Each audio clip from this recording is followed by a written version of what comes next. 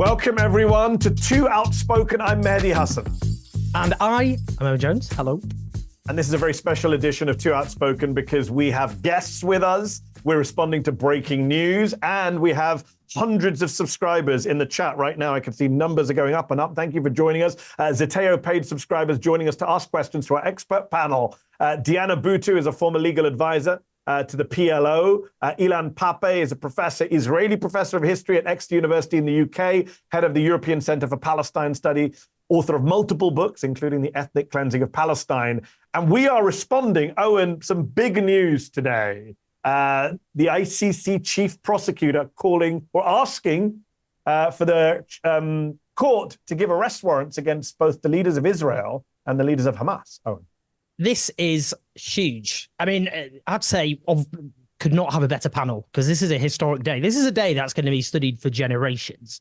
And I think it's a day that huge numbers of people never thought they would see, that the International Criminal Court, in a world order, so rigged in favor of Western states, including, of course, Israel, would issue requests for arrest warrants for the Israeli leadership, well, Benjamin Netanyahu, Prime Minister, and Yoav Gallant, the defense minister, as well as, of course, Hamas's leadership. It's quite astonishing to read in black and white, I have to say, the statement. We'll discuss the fact that we would argue that this was obvious from the beginning, what Israeli leaders and officials said. Very rarely in history has a state been so open and flagrant about its murderous intentions. The likes of Israeli-American Associate Professor Raz Sigal said intent Israeli, this openly spoken. But nonetheless, to get to this point, I think is astonishing for lots of reasons. I want to just start, actually, if it's possible, going to speak to the brilliant Diana Buttu, who I spoke to the other week, but it's great to see you here in Zeteo, of course. I would ask you just to kind of, as well as a legal perspective, and it's about Israeli impunity. Because that has been baked in since its foundation for 3/4 of a century. The idea basically that Israel can behave in ways protected by Western states, which, if it was a state hostile to the West, would simply be impermissible. And I just want to draw attention to the statement he said, the prosecutor. Let us be clear on one core issue. If we do not demonstrate our willingness to apply the law equally, if it is seen as being applied selectively, we will be creating the conditions for its collapse. In doing so, we will be loosening the remaining bonds that hold us together, the stabilizing connections between all communities and individuals, the safety net to which all victims look in times of suffering. This is the true risk we face in this moment. The reason it's quite astonishing is there is the theory of international law and how it's applied, and it is rigged in favor of great powers, which is why many people thought this would never happen. So I suppose I've got to ask you, Dana, is this the end of Israeli impunity? Has it simply, this is just a hammer blow from which it can never recover? And I want your response from a human level, as a Palestinian who's been involved in the Palestinian cause, and maybe the idea of this ever happening seems kind of so far-fetched. But in legal terms, is this the end? In short, yes, Owen. And thank you both for having me. And thank you also for Ilan for being on this as well. Look, it's important to keep in mind, and it's important to limit what has actually been said. But it's also important to read it in its historical context. This is a government, this is a country that has gotten away with so much over the course of the past 76 years that it seemed as though there would never be a day where we would ever see these warrants or the potential of these warrants, even though they should have been issued many, many, many moons ago. And I say this because we see that this is not just against the Israeli leadership, but I'm hoping that there will be some type of trickle-down effect to Israeli soldiers as well. And I say this because Israeli soldiers have been given carte blanche over the course of the past 76 years to do as they will, with very few prosecutions, at the same time being told that they are the most moral army in the world. So I am happy that we may begin to see these warrants being issued, but at the same time, I'm also a little bit concerned. I'm concerned because it looks as though the ICC is going down this path of the both sidesism. They're talking about issuing warrants for 3 members of Hamas, only 2 members in the Israeli government. And more importantly, the stuff that they're talking about issuing warrants for, when it comes to Israel, it's only 7, when it comes to Hamas, 8, but they're omitting very important issues, such as torture. And we know that Israel has been torturing Palestinians for quite some time, but in particular since October, we have this testimony, including for people who have worked in these prisons themselves. There was a CNN report that came out last week on this. But they're also omitting the issue of genocide. And they've also omitted this issue of context. They're talking about self-defense. They aren't bringing up the occupation. And so while I'm very happy that we're seeing the beginning of the end of impunity, like the beginning of the end of impunity, I do think that we also have to be pushing further, and we can't fall into this trap of both sidesism that it looks as though Karim Khan wants us to fall into. Although, Diana, having said that, and I appreciate where you're coming from, we shouldn't underestimate what a big deal this is, because a lot of people thought he Absolutely might not even do this.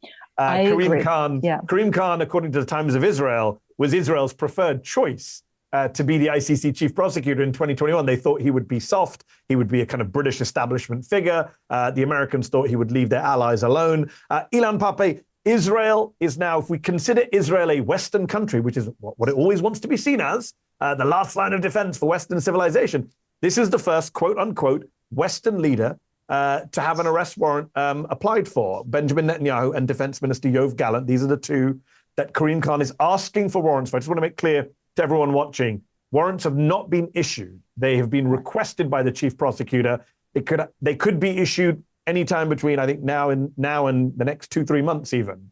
But what's interesting, Ilan, Pappé, is the majority of people, of leaders, vast majority indicted by the ICC were kind of African tin pot dictators, to use a media phrase. The idea that a Western ally like Netanyahu could possibly be arrested is kind of astonishing. And the Israelis are, for want of a better phrase this morning, losing their shit, aren't they? Well, I would wait a bit with this. I do agree this is with all that was said so far. But I think there's a bigger issue here. And this is the whole idea of what is universal and what is not universal. In this case, in international law.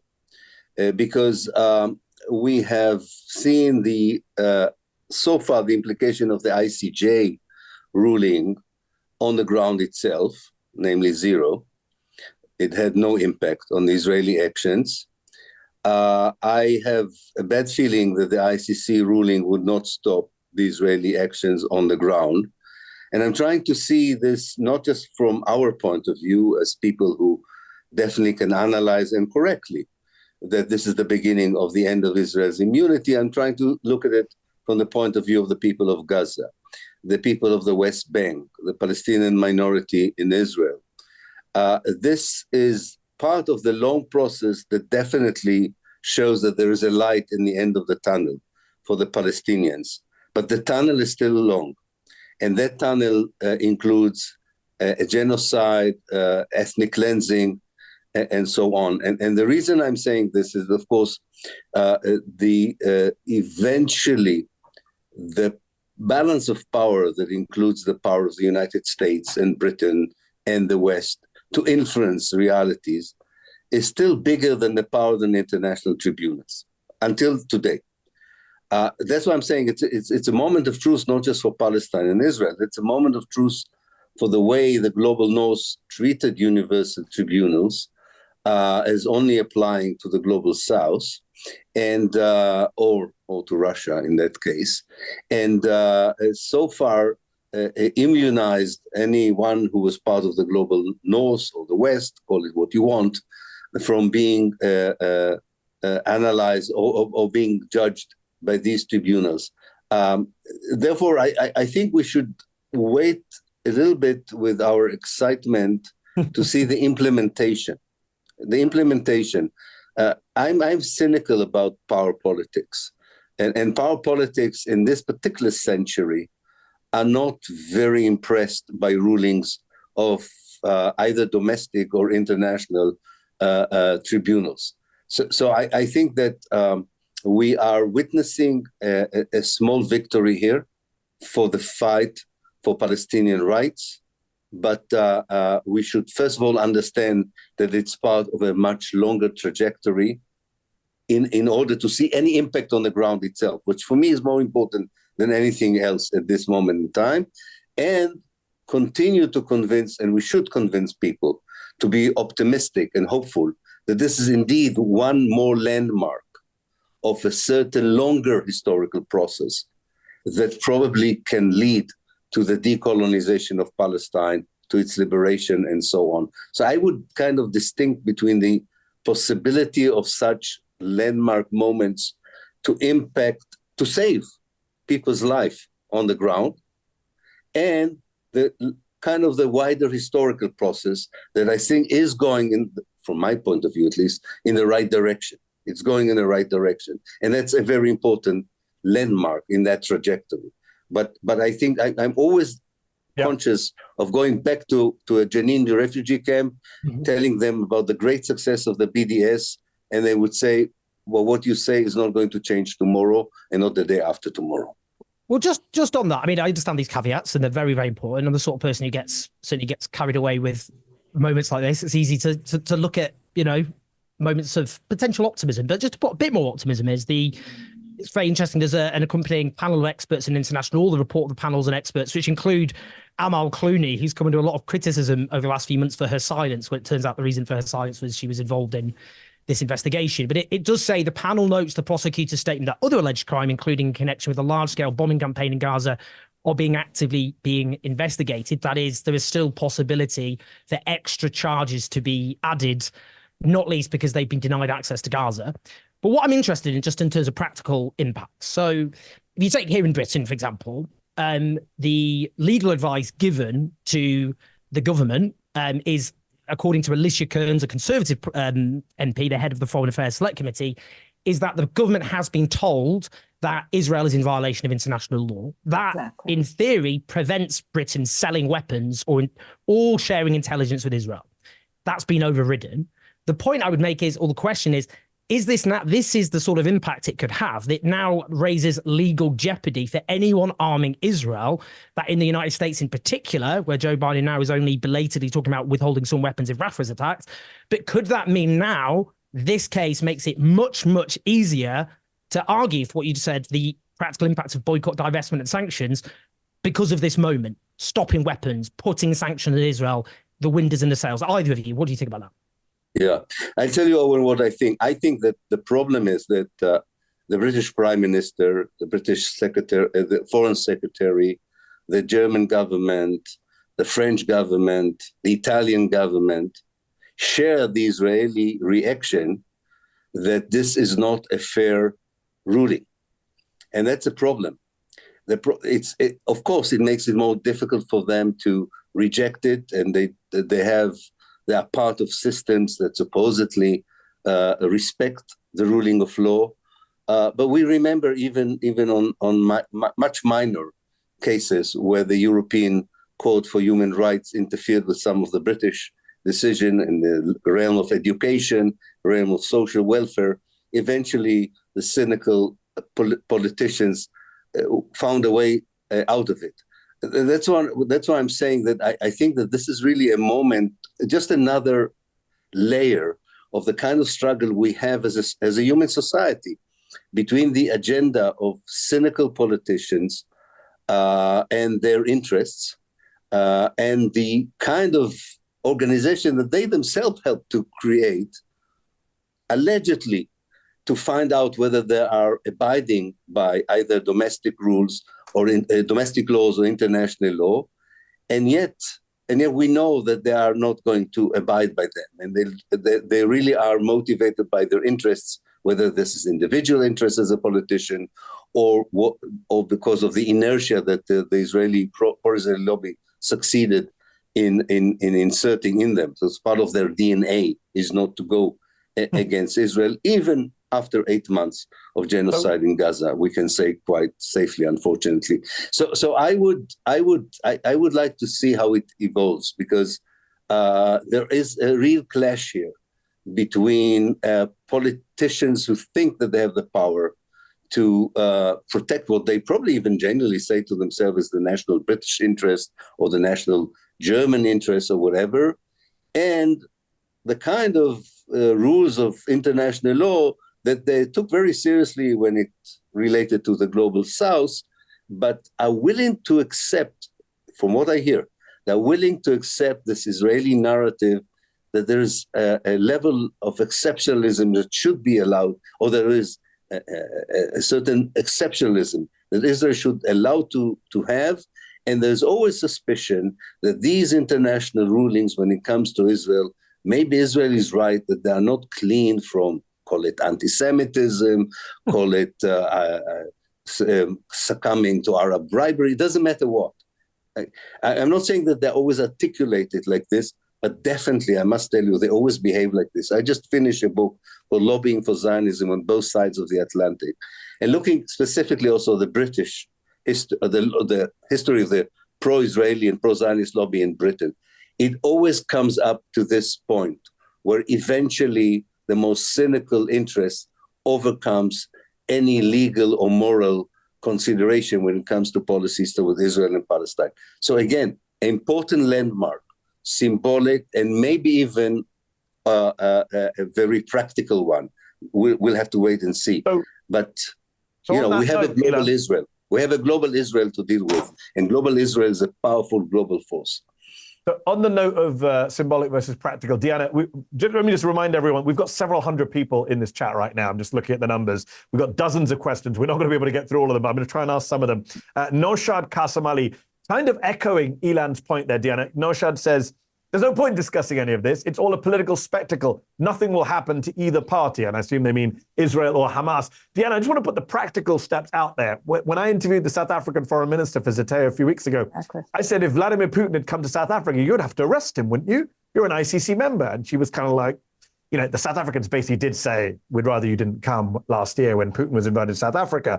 And this is the issue. Like, Vladimir Putin can sit in Moscow and not go anywhere. I'm assuming Benjamin and Sarah Netanyahu like to travel the world. And if there are arrest warrants, practically, and there's nothing Israel can do about it, member countries will have to arrest them if they arrive on their soil, will they not? Yes. But I want to step back a second, Mehdi, because it raises, the question is an important one. And I think that as much as I'm a person who says we have to look very deeply at what is omitted and what is included, I think that we should not discount what this is doing now for Israel. Yes. And what this is doing is for Israel, and Israel wants to be seen as a democracy, as a normal country. Now, drop by drop, step by step, this is being removed, whether it's through the ICJ, whether it's through BDS, and now this, we see that increasingly Israel's being isolated. It's being treated as the rogue pariah, fascist apartheid state that it is. And it's certainly not enough, and it's certainly not going to change tomorrow. But all of these are yet another step, yet another step, yet another step in the right direction, rather than in the wrong direction. Does this mean that these countries will actually arrest Netanyahu? The answer is probably no. But will it have a trickle-down effect for other Israelis who are now perhaps questioning what they're doing in Gaza, the way in which that they've been operating? Perhaps it may, perhaps it may not, but it's definitely for me a step in the right direction. It won't change tomorrow. I know that, but it's definitely a step in the right direction. And what it will do is it forces countries to actually have to take a position. As Ilan just said, are they going to be part of the global Israel, or are they going to be part of the global world and system of human rights as we want it to be? I'm just interested quickly, just in terms of the dynamics here, because we're talking about we're talking about what will be enforced and what won't. Is this a symptom of the decline of the power of the global north and the assertion of the power of the global south? I mean, the fact is it was South Africa, of course, which took in the ICJ, obviously initiated those proceedings. Many would have said that wouldn't have been possible even 10 years ago. And similarly, is this about the ICC, the balance of power shifting?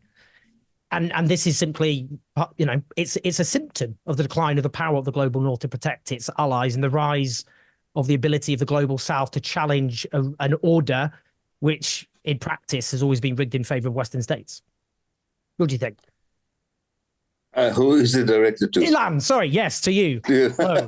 Sorry, I wasn't clear. I think that this is a huge challenge to the term universal, more than anything else. Many, many years ago, Stuart Hall wrote a brilliant article called The West and the Rest. And it was very clear that the West determined what is a universal agenda, what are universal human rights, what are human rights, and so on. And this was always orientated towards the Western interest and way of looking at the world. And I think that the fact that people that probably had before, but would have now even more questions about these institutions if the symbolic act would not be translated to real actions, I think will create a huge crisis and a lack of confidence in anything that has the word universal or united attached to it. And we will be in kind of a void between the two worlds, if you want, the former colonial world and the former colonized world. And whatever the West thought it was doing well in the 1960s and the 1970s to amend for the age of colonialism and create a universal system that makes the world a more just place and so on, this is now under a huge test. I think it was always under a huge test, but I think this particular case, and I think what Israelis have never fully realized, that they are the litmus case, that they are, they epitomize this problem, not because they are worse than others, not because they are more criminal or less criminal, but because of the exceptionalism that immunized them for so many years. And I think that's why they become such a test case, not just for Israel and Palestine. It really is a test case for what do we mean by universal law, by international law. And in that respect, I think that, for example, the way Germany decided almost automatically to stand by Israel in the ICJ, believe me, we will hear similar reactions from the German politicians to the ICC ruling very, very soon, if we haven't heard them already. And definitely we'll hear them from the British politicians and the Republicans in the United States and so on. This is the kind of struggle that Palestine symbolizes, but is not the only struggle. Palestine is not the only struggle on these very issues. May I just add something about what Diana said? I think that the current Israeli political orientation is towards building a political system that doesn't care about international law. This is bad news and good news. It is bad news because it really means that it will have no inhibition whatsoever. And I think the next target of this government is the West Bank. It's good news because, of course, everything the BDS stood for, all the attempts to turn Israel into a pariah state that may have not yet matured, would be accelerated, would be intensified. There's no doubt about it. Israel allies would be fascist parties in Europe, maybe Trump, and maybe Modi in India. But the isolation would be greater, and that kind of coalition of states would be questioned by Russia, by Iran, by some other countries that are on the list of pariah states, and they would say, wait a minute, shall we reframe which state is a pariah state and why? So I think we are opening here a very, if one can say, a positive Pandora box that does not just relate to Israel and Palestine in this respect. Diana, Aisha Jacob in the comments asks, since Palestine has signed on to the Rome Statute, which is what gives ICC jurisdiction here, because Israel is not a party to the Rome Statute that set up the criminal court. Aisha asked, how does this affect the Hamas leaders? There's 3 Hamas leaders who he's requested warrants for, Yahya Sinwar, Mohammed Deif, and Ismail Haniyeh. How does this affect the Hamas leaders and not the Israelis? At a practical level, what are the different implications? I guess Aisha may be wondering, does the Palestinian Authority have a greater obligation now to arrest Hamas leaders on Palestinian soil, given the Israelis aren't going to arrest themselves and the Americans aren't going to arrest them? Yes, but the Palestinian Authority doesn't operate in Gaza, and it's not entirely clear where Sinwar or Mohammed Deif actually are. So yes, but practically it's not entirely clear in terms of what's going to happen. Qatar is not a signatory to the ICC. And so I don't know what the practical consequence of this is actually going to be. Nor is Turkey another place where Hamas leaders often turn up. That's right. And I assume Hamas leaders don't have plans to fly to kind of EU member states and Western countries, whereas Netanyahu and Gallant do. Yeah. And what's interesting to me, and while I take on board everything Ilan has said about kind of we need to be, realistic about power, what's entertaining me this Monday morning here in Washington, D.C., is the Israeli response. I mean, they're really bothered by this. Unless they're doing a great pretense, unless they're acting, they don't like the idea of being held to account. To go back to Owen's original question, they have been used to years of impunity. And the idea that they, the defense minister of Israel, the prime minister of Israel, could be in the crosshairs of international justice, I think is scaring the shit out of them. Ilan, do you disagree? Yes and no. I think there's a kind of a bizarre Israeli reaction to Netanyahu and to the war in Gaza. They might seem mutually exclusive, but they are not. Namely, I think there is a growing resentment towards Netanyahu. And probably quite a few Israelis wouldn't mind to see him being arrested in his next trip to Europe. But that does not at all reflect criticism on the Israeli action in Gaza. And therefore, and he's quite a spin doctor, at least from the Israeli domestic political scene, if I'm talking about the Israeli political scene, the whole, and this is, Diana and I talked about it, and surprisingly what I'm going to say now is also supported by the so-called liberal Zionists on the left. The sense since the 7th of October is that the world is doing injustice to Israel. Injustice in not talking about what happened on the 7th of October instead of talking about what happened after the 7th of October, and in framing what Israel is doing as genocide instead of framing it as self-defense. This is a consensus position of the Israeli Jews. Yeah. Therefore, I think that it's not so much a matter of being scared.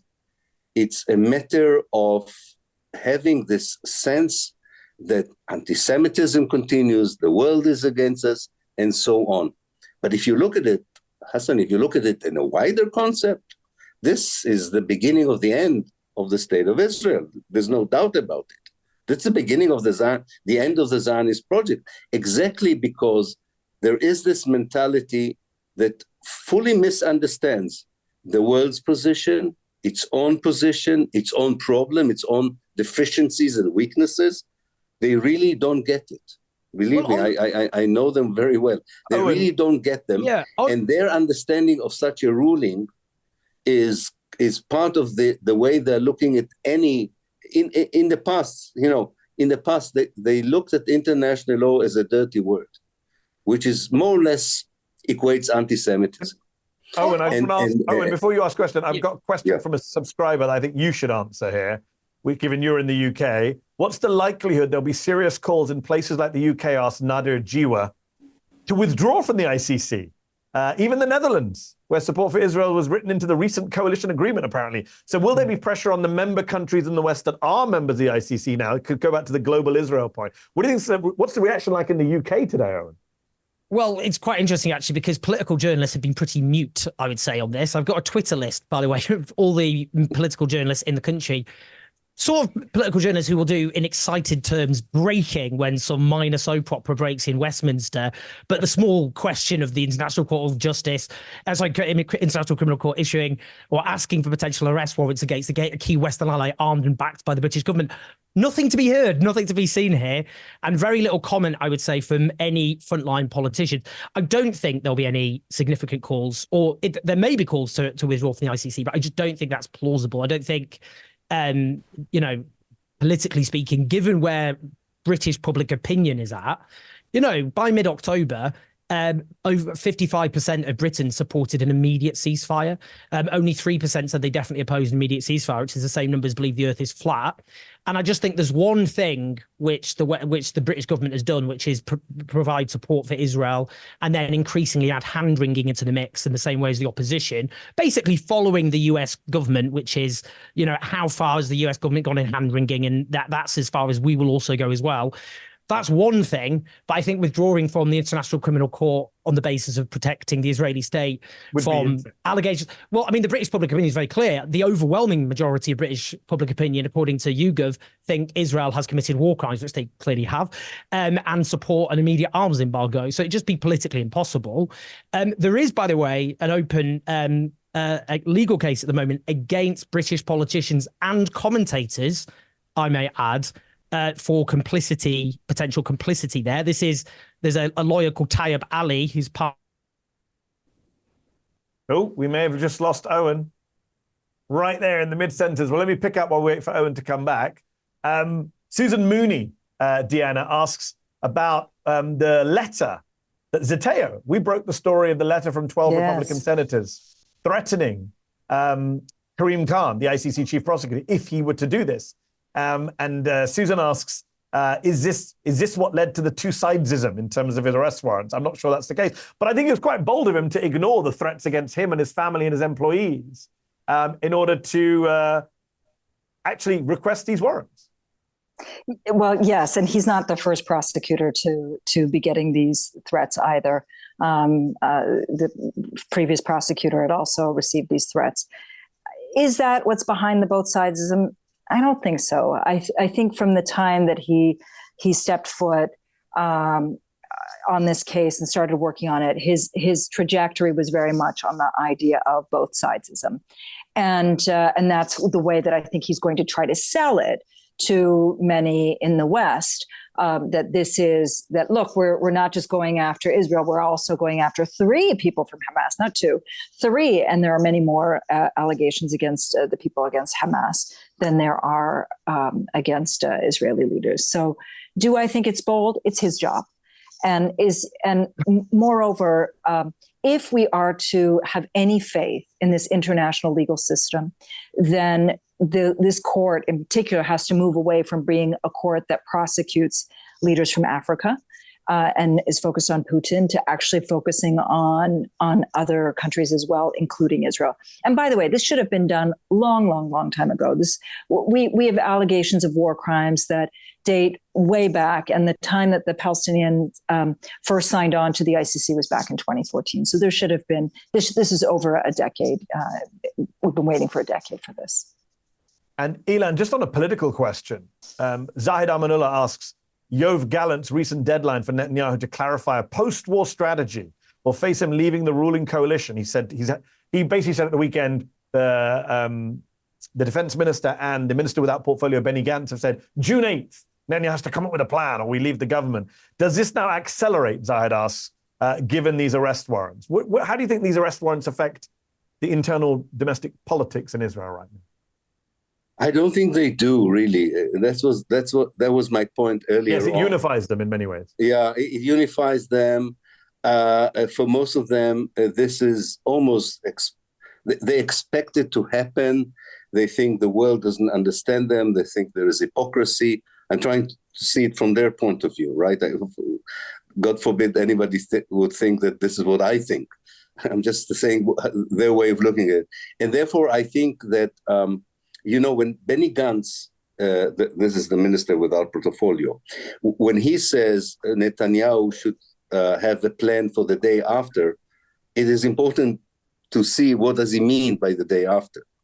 But the day after, he means annexation of part of the Gaza Strip to Israel, bringing in a Palestinian leadership that Israel likes, continuing with this discourse of destroying the Hamas, and not at all minding if there will be a mass exodus of Palestinians from the Gaza Strip. So these kinds of 2 versions that are being fought about in Israel are, both of them mean the continuation of the genocide in other means, if you want. And therefore, this dramatic decision on the 8th of June to leave, or the dramatic decision to stay, I'm afraid would not have any impact on the ground.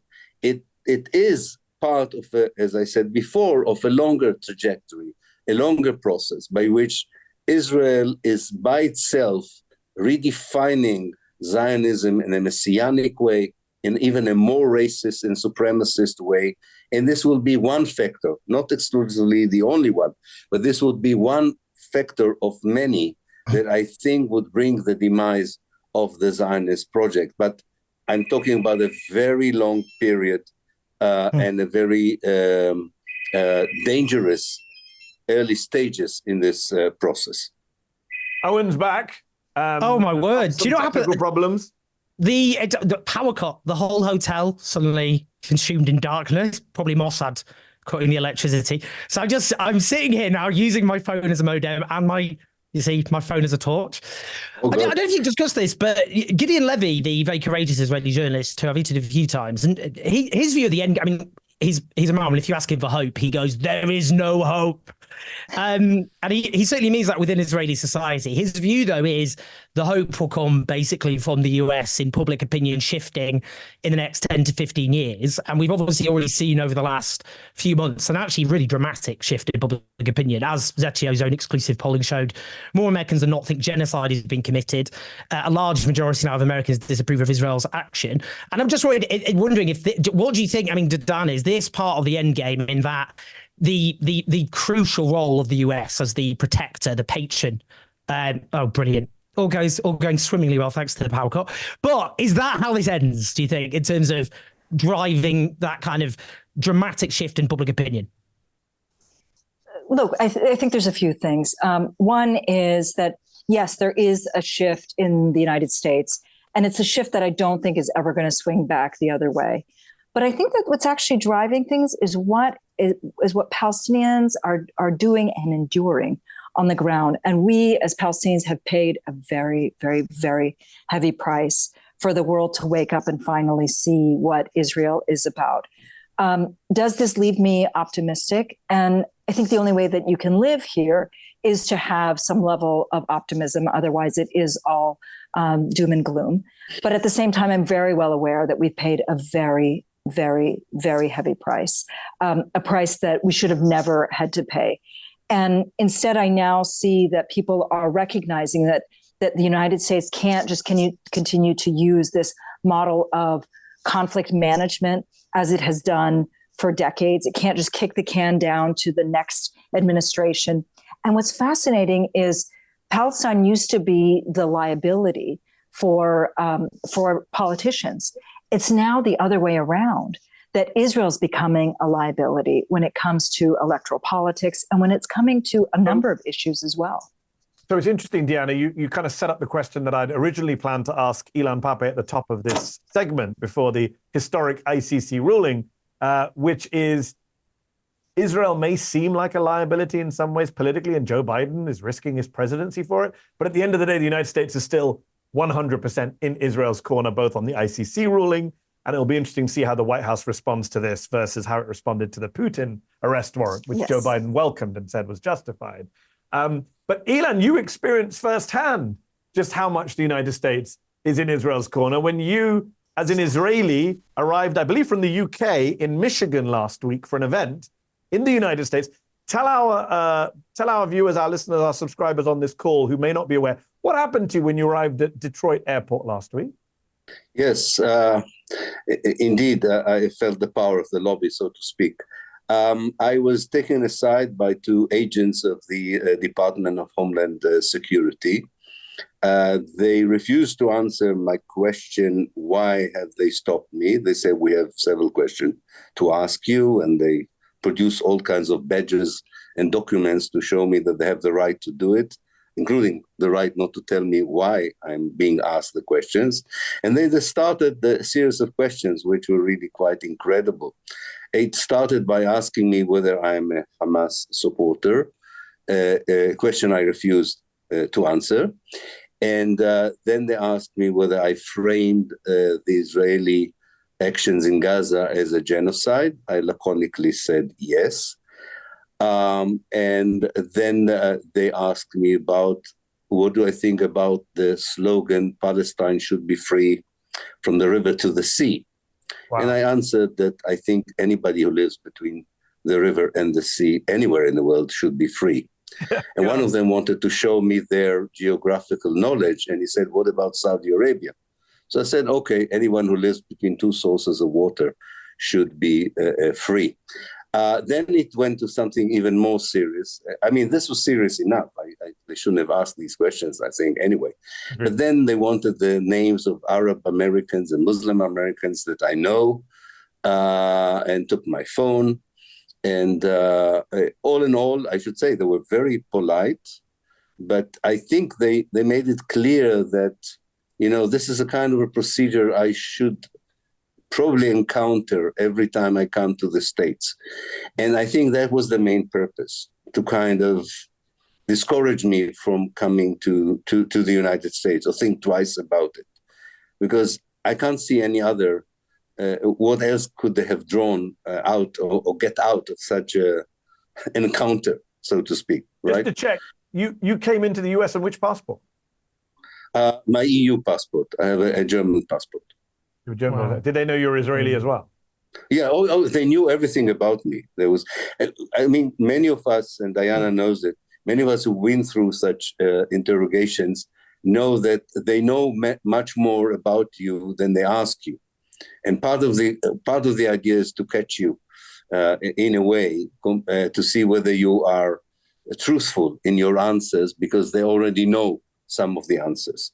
But I think, it's for me, it's part of the pressure of the pro-Israeli lobby on the U.S. to try and silence voices that they think can galvanize public opinion, can support the students, can, change views in ways in which the traditional lobby doesn't know how to deal with. I mean, it can deal with members of parliament. It can, intimidate them, threaten them not to be re-elected. They have very little influence on the way people would speak in the church, in the community center, or in the university. And this is why someone like the rector of Glasgow University, Rassan Abu Sitta, was prevented from coming into both France and Germany.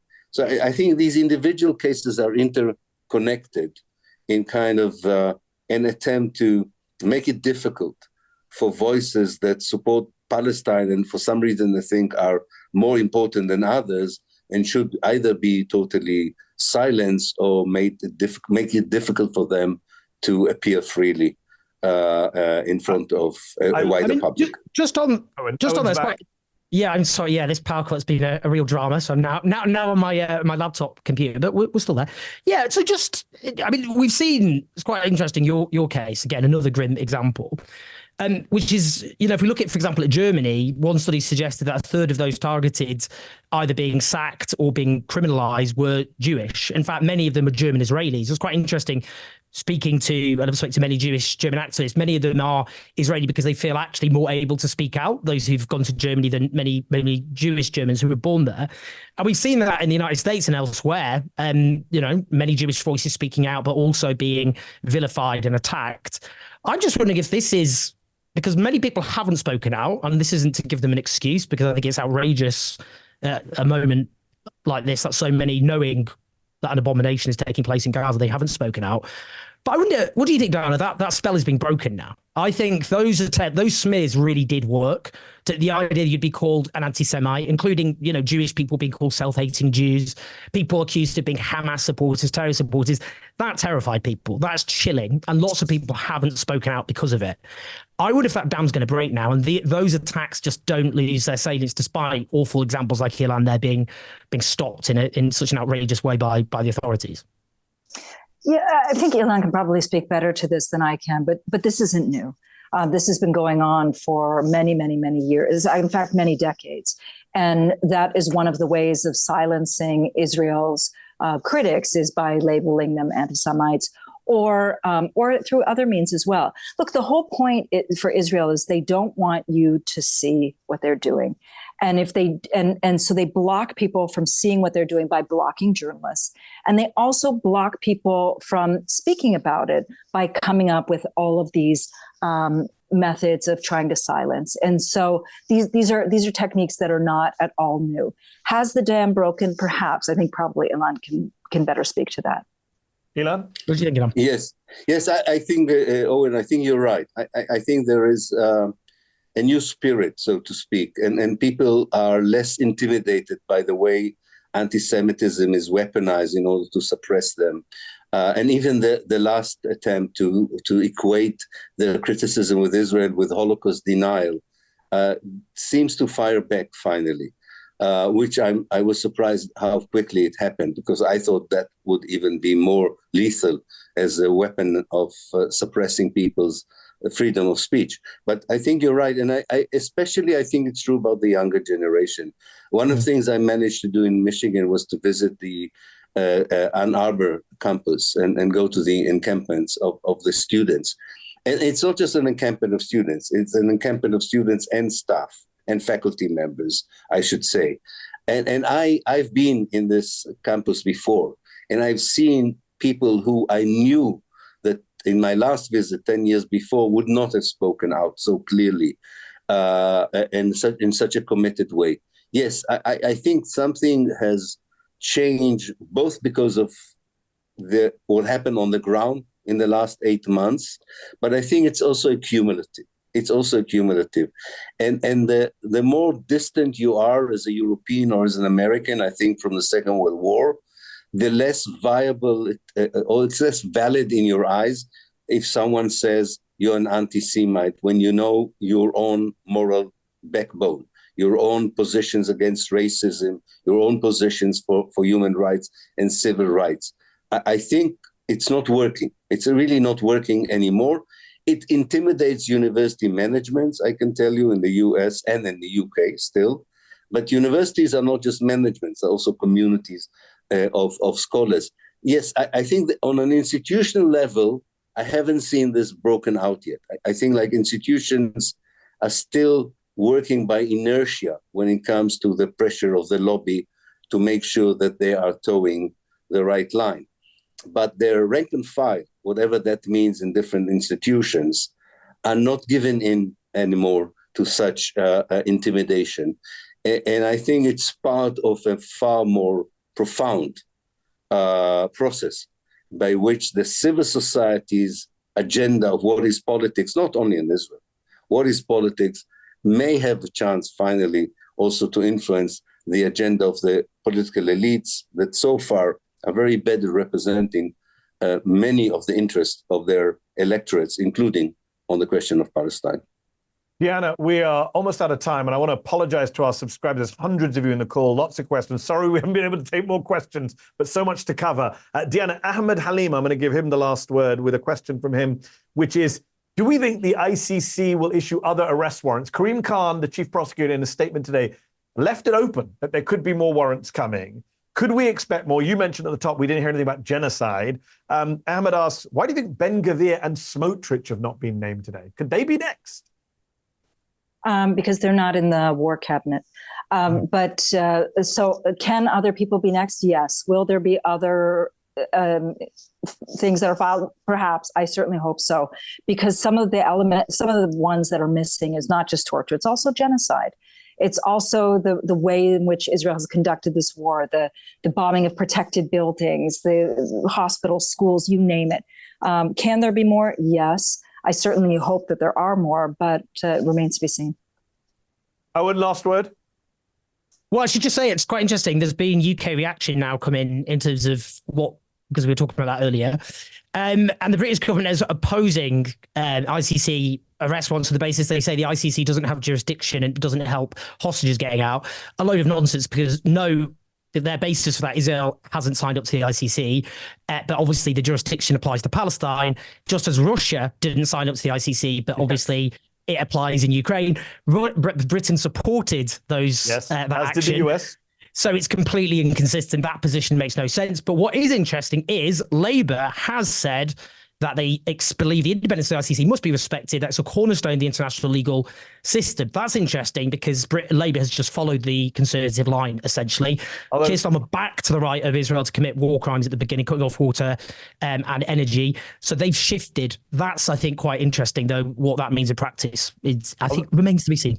Although they're in opposition, let's see what they say when they're in government. Indeed. Diana Buttu, Ilan Pappé, we appreciate you taking time out to offer us your analysis expertise on a big historic day, as Owen described at the start of this discussion. It is a historic day. Thank you all at home Zeteo subscribers for joining the call. Thank you for being paid subscribers. Get your friends to join up too. Then they can hear from experts like Deanna and Ilan too. And they can listen to me and Owen every couple of weeks. I'm Mehdi Hasan. I'm Owen Jones in a very dark hotel. And we are Two Outspoken. Thank you all. Thank you. Thanks, everyone. Thank you very much. Thank you. Thanks, everyone. Thank you.